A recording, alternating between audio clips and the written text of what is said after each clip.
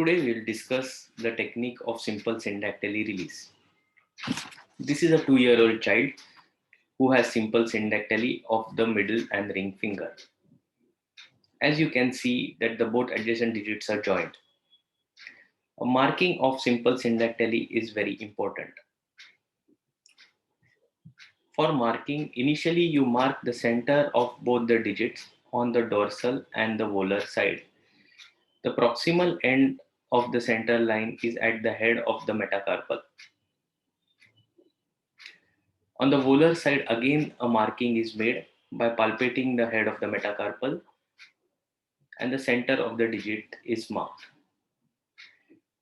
A marking for the center of the digit is very important because while raising the interdigitating flaps on the either digits, the flap should not cross the center.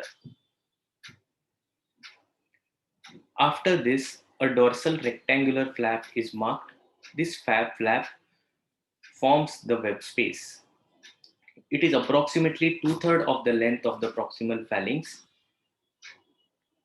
The distal end of the flap is made concave. This helps to prevent web creep. Now, the interdigitating multiple flaps on the dorsal side are marked and also on the volar side. These multiple flaps are described as per Sommerlad's technique. Laterally based rectangular flaps are created as per Buck-Gramko for separation of the nail.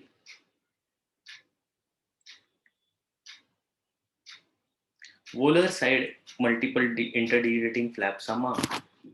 The end point is at the metacarpophalangeal joint. Dorsal flap is elevated. This flap forms the web space.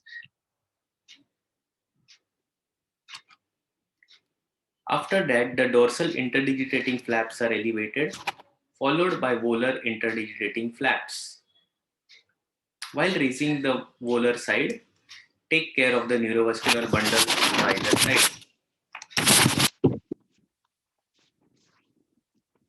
The Buck-Gramko flaps which are raised are rotated and they form the lateral nail fold, as you can see here. The fingers are then released from distal to proximal by traction counter traction technique. Care is taken to protect the neurovascular bundle on the either side. The end point is the bifurcation of the neurovascular bundle. Dorsal flaps are and the interdigitating flaps are sutured in the respective fingers.